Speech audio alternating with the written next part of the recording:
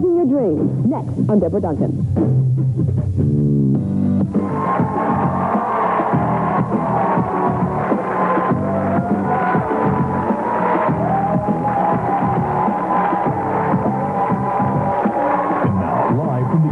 Channel 13 studios, it's Houston's own Deborah Duncan.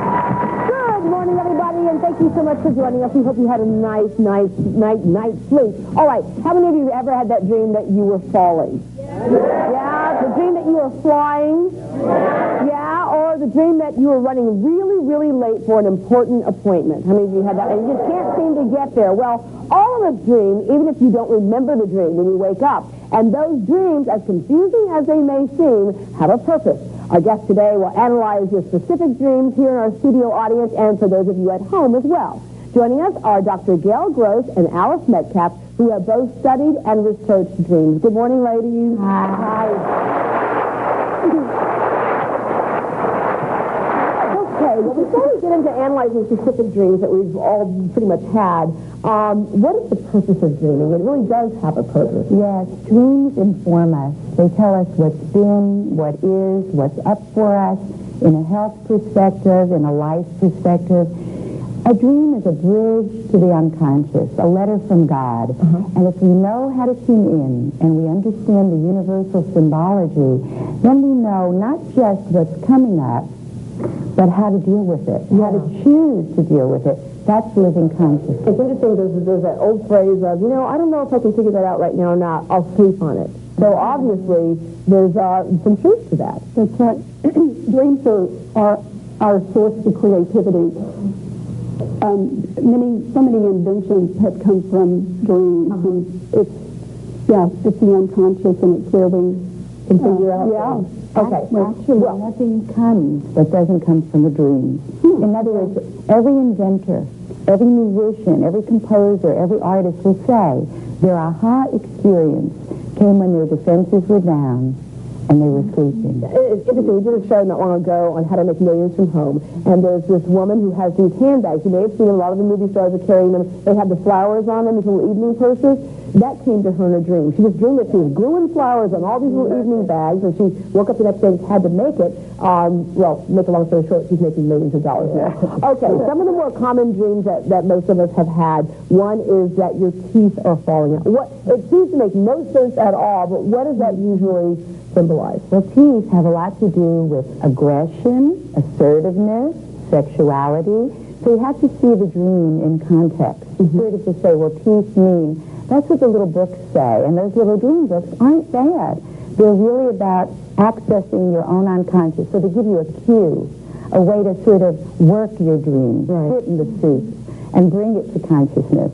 But then you have to put that access into the symbology of your own life, into context. Yeah. And that's when you know what it means for you. Right? So what do you see here, Gail? Well, these kinds of dreams, flying, it's all about liberation, freedom, but the polar opposite of that is to look where you're constrained. Look what's holding you down. So you can see what, when we dream, the unconscious or the deep psyche is trying to show us what we need to do to heal, what we need to come to consciousness. If we get it, then we get it in a dream, and we don't have to use the outer world to manifest it, because in a way, the dream world is as real as the outer world. The Aborigines believe that it's an inner dream and an outer dream, and if you don't get it on the inner level, then you get it on the outer level. So you're dreaming of freedom and flying and rising above it all. And so something can be holding you back. Look at that. Okay, snakes. I hate this. This is more like a nightmare to me. It's snakes. Dreaming about snakes. You and Eve. Yeah, exactly. and this one here, you had the dream about snakes? Yes. This week I had a dream about a python biting me on my left palm. And it left the entire head, the mark in my skin. and it had a burning sensation. I remember waking up and looking at the palm of my hand, but even when I think about it now, I get a real eerie feeling. Yeah, I think everybody in the audience did. And that's how real and intense a dream can be when you literally wake up to check and see. Absolutely real. In fact, in more primitive cultures, they act out their dreams. In certain kinds of psychology, Gestalt psychology, they'll work out their dreams and actually play it out like a play, because it is real. It's as real as what's happening outside the dream. It's connected. There's a bridge to each consciousness, and that's your dream. That's a great dream. It's a dream about transformation. In fact, if you were living in a more primitive or early time, they'd say that was an initiatory dream, an initiation, and that the head stayed there. That's all about making a great change in your life, transformation. So I would say, go, girl. I never thought a dream about a snake could be so good. You know, in medicine, they wrap the snake, the caduceus, around the staph, because what is the snake? It changes its skin, its transformation, its rebirth, and its healing. This is Fox 26 News, 1230. Well, much of the criticism surrounding this Saturday morning raid was the use of weapons and the element of surprise. Some say the action could compound Elian's already troubled emotional health. Darian Ward joins us now from our newsroom with more on the psychological aspects of Elian's ordeal. Darian? Good afternoon, Andrea. Here's one way a psychologist looks at it. When a child has diabetes and needs an insulin shot, it can be a scary time until the shot is over. We spoke with Dr. Gail Gross, who hosts a radio talk show, about what she and other psychiatrists have to say about this hot-button issue. The images of the 6-year-old haunt us and outrage us. Emotions flow freely when it comes to Elian Gonzalez. But what goes on in the mind of the child who has literally been a symbol of Cuban defiance? We spoke with child psychologist and author Dr. Gail Gross. We overcharge the situation, and all of these people have projected their issues onto this child, and he lost his identity. But what about the pictures that the Miami family cling to with armed federal agents? What emotional problems will the child encounter? The rescue operation has just the opposite effect on this child. It instills him and his faith in his father that the strong parent has survived and will assure that he will survive. Dr. Gross says the rescue was a scary but not traumatic time, and how Elian deals with it will depend on how the adults around him deal with it. He says he did not really have a chance to grieve his mother before being thrust into the political spotlight. That is where the problem really occurred. That 5 months of suspension, of being made a spectacle, of being made a symbol, that created a cult psychology. And what did the INS do? They rescued a child from a cult psychology. Now, how long will it take for Elian to adjust to his new life? Dr. Gross says that will depend on the media. If he is left alone to be with his father out of the spotlight, he will adjust quickly to being a normal little boy who will still have to deal with the death of his mother. In the newsroom, Darian Ward, Fox 26 News. Welcome back to Fox 7 News in the morning. I'm Kelly Kay, Fox 7 Traffic Watch. Thank you, Kelly. All right, we already talked about summer. School's out. Teens looking for jobs. So Catherine's got a guest that can help you there. Yeah, Dr. Gail Gross is with us, and she has a Houston-based radio show, but also does a lot of writing, and her main passion is your kids. So we're talking to her about, it's summer now, and you know all those munchkins are going to be running around the malls and doing who knows what. But a job is a good thing. Parents should really be thinking about maybe encouraging that this time of year, right? Yes, jobs are really life lessons, and youth is a time to prepare for adulthood. So we really can help our children by being reliable and really guiding them into opportunities to learn and grow, test the waters, so to speak, about what it is they might like to do in life. I know your son had an experience where a summer job kind of really helped him in his life. Exactly. Our son thought he wanted to be a politician. So one summer, he interned for a politician. He came back home and he said, well, X that career. You made me too idealistic. I can't do all of this compromising. So, you know, that was a very good experience and showed him in a safe way the testing of the waters, so to speak, that this was not going to be something that he would like as a career choice. Do you think, is there any instance you can think of where maybe a parent should say, no, that's not a good job, whether it be maybe an age thing or just a specific kind of job? Absolutely. Job appropriate is really age appropriate and safety appropriate. You don't want your child doing things that are not safe. You don't want them doing them for too many hours. That's why we have child labor laws. And until the age of 18, there are big restrictions on time and the kind of jobs. You wouldn't want a child lifting and using a forklift or driving too many hours and things like that. You want them to be safe, and that's what youth really is.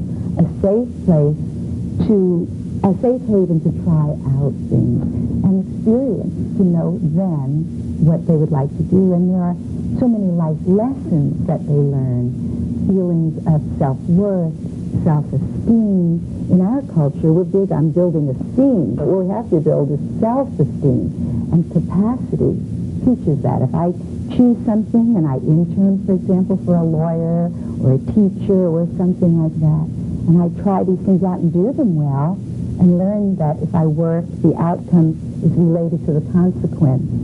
What I've done has to do with what I get. Then I'm learning about being secure as a human being. I'm learning many life lessons. And it's also, I guess, a summer job is a good way to keep kids from being too bored and getting into things they shouldn't, right? Exactly. Boredom is a way to get into trouble. Yeah. And the other part of that is when children participate in real life lessons, what they're getting is money management, responsibility, obligation, commitment. They're learning really in an environment that's secure, a way to expand out into the bigger world as a transfer. And that's what life and youth are really about. You know, Freud said life is about work and love. And so to have a child become independent and individuate is really to give them the skills to individuate and become independent. From the time that little baby opens his eyes and looks up at his mom, he's striving to be free, to be a grown-up. And that's our job, to guide them there. Well, we're out of time, but I know that there's a bunch of places people can find you because you address all sorts of children issues. So let's run through those real quick. Well, my website is www.drgail.com. You know, I used to teach school and the kids used to go, Mrs. Gross is gross. It built my character. There you go. Perfect. Well, I'm sure people with questions about raising their children will be finding you. Thank you. Thank you. You coming down. Thank you.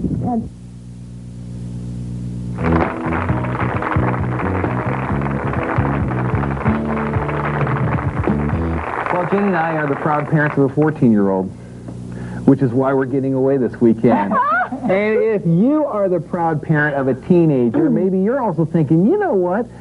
If I can't get away this weekend, maybe I need to get them out working. And there's a topic that is certainly appropriate for this season of the year. We've asked Dr. Gail Gross to come by. She's a developmental expert and specialist in this area, and helping us to understand, is a job right? Is a job the good news or the bad news? Well, let's explore that with Dr. Gail Gross. Welcome her to At Home Live. How are you, Gail? Thanks for joining us. Okay, Gail, working and our kids sending them off to work for the summer, is that robbing them of their childhood, or is that teaching them responsibility? Well, we can't send them off. They have to want to go. And a good way to approach it is when you know your child and you feel they're ready and you don't want them to be bored, you talk with them and listen and see what they're interested in. Many times your child will try something out that they think they might want to do for life, like interning, for example. Interning in an accountant's office or an attorney's office, or in a bakery or in a restaurant, something that they may like to do. This little boy is 11 years old. He's going to be cooking for the Marriott. It was in USA Today. So children get to try things out, and that's what childhood is about, a safe place to try things for competence and feelings of capacity. Well, I know our 13-year-old, Brittany, would like to try out being the president of IBM. I wonder if that's available this summer. No, she wouldn't. But you know, you may be able to find a mentoring program for her where she could work in the office as someone who just takes things from office to office, just working that way to get a feel for it. Our son did that in an attorney's office one summer and said, you know, Mom, I don't want to do that. So it's a great, so working can be more than just flipping burgers. It can be a great way to sort out the potential of this being a future employment opportunity for one. Okay, so what are the things that we need to be concerned about? What are the ages that I would consider appropriate for maybe a first job this summer? Well, you have to, as I said, you have to know your child, how mature they are, how well they manage their responsibilities, and that means setting up in the house small tasks that they can master so that you can move them out little by little by little into the outer world. So you have to see how they do at home, cleaning tables, setting tables, taking out the trash, and then moving them a little further out into the world. And you don't want anything that's dangerous, and you want it to be appropriate to their age. And there are child labor laws. I have lists of things that children can do and can't do based on their age that are, you know, important to know legally. Gail, how about during the school year? I know we're moving off for summer, but during the school year, we see our kids, they work because they want the income. They love to have the money to go out and spend on things that they want to buy. And so they can work somewhere 20, 30, sometimes 30-plus hours a week and go to high school and trying to fit in family life. Boy, you know, what's the caution there? Well, you know, with child labor laws, there are wages and time allotments. And a child under 17 should not be working, or really legally shouldn't be working that much. 14 to 15, I think they're only allowed, I know, an 18-hour week. Oh, I see. And they have to go somewhere between 7 and 7. So you have parameters, freedom within limits. And I always say school is the first job. The house is the first schoolhouse. Mother and dad are the first teachers. And that is how we extend children out into the larger world. That's right. Give them their feelings of competency and capacity. Gail, is there anything that mom and dad should be aware of, or warning signs if our kids are working and our kids are not doing well in the workplace? Are there any kind of warning signs that we could be aware of to keep our eyes open for? Yes. The most important thing in parenting is communication. That means we are required to listen to our children. That's the skill of communicating. Know your child.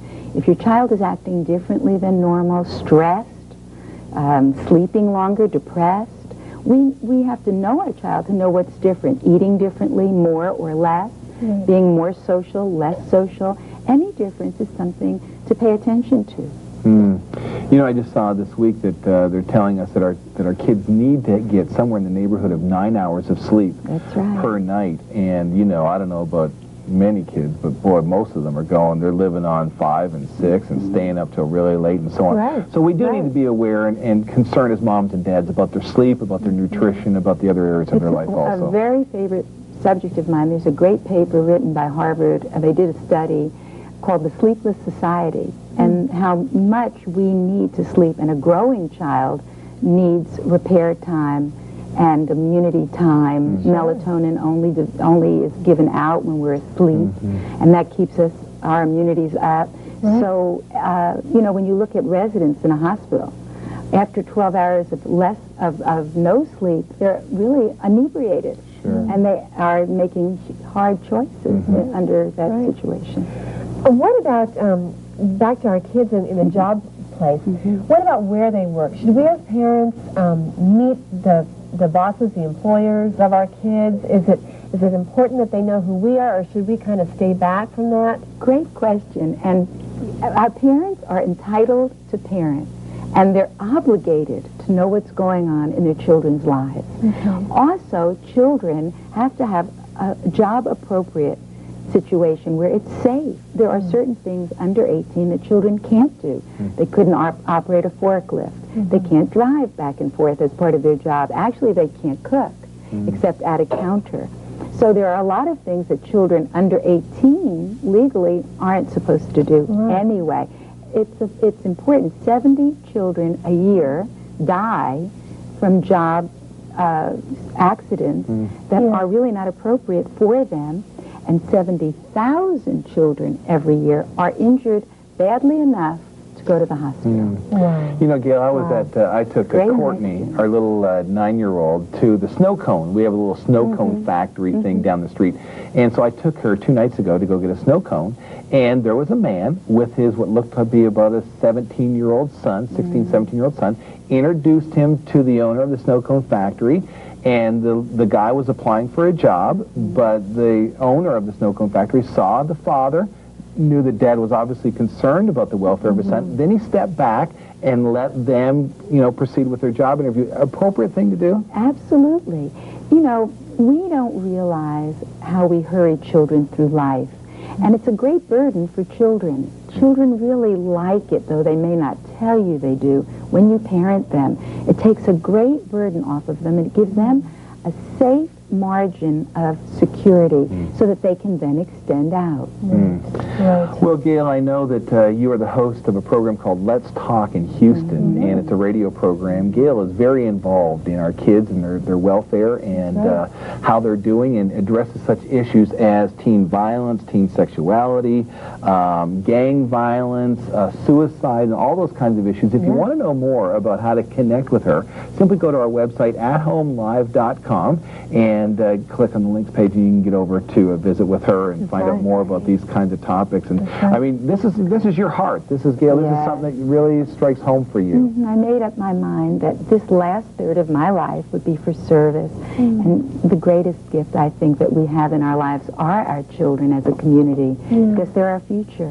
Well, you remind us that kids really need to take responsibility. We need to teach them well, train them well, but not turn them loose and be irresponsible as a parent also. We're still parents. Yeah, we're still parents. Yeah. But I can't wait till our kids start making those big bucks. I'll tell you what, this is going to be great. Money management, that's what you'll learn. Oh, that's right. How to give it to mom and dad. We'll manage it for them. There you go. Thanks so much, Gail, for reminding us about this. Is a great opportunity to teach our kids something about a career, and summertime jobs can certainly help us to do that. Well, we're going to take a brief break, and we're going to come back after these commercial messages and talk about transparent leadership. It's not just for the highest office in this land, but you need to be a transparent leader within the walls of your home also.